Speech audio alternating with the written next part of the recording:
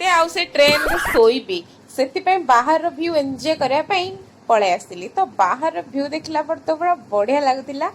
तो आम ए ट्रेन टार ओह्ल गोटे स्टपेज रहिलु गोटे स्टेशन रे। तापर ए चलू आउ गोटे स्टेशन को जीवाई। तो आम प्रथम 7 नंबर को पलैलु कि ट्रेन आसिक लगे 8 नंबर रे। तो पुणी थे आसापी पड़ा।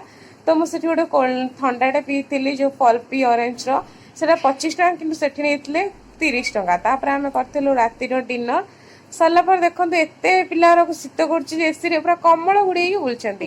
तो राति आम सी रूम फाइनाल पहुंच जाइए। यहाँ सकाल वीडियो थिला। तो मुझे चुटी बांधिकी बस पढ़ुली। तो जेहेतु गरम पानी आवेलेबल नाला मो पाखे से हॉर्लिक्स के ठंडा पानी रे गोलिकी पी दौली। तो ठंडा पानी भी तो हॉर्लिक्स भल लगुला। आमर पूरा ब्रेकफास्ट रेडी हो जाइए उपमा सहित मटर तरकारी। तो एंजॉय कली रही। नमस्कार, जय जगन्नाथ।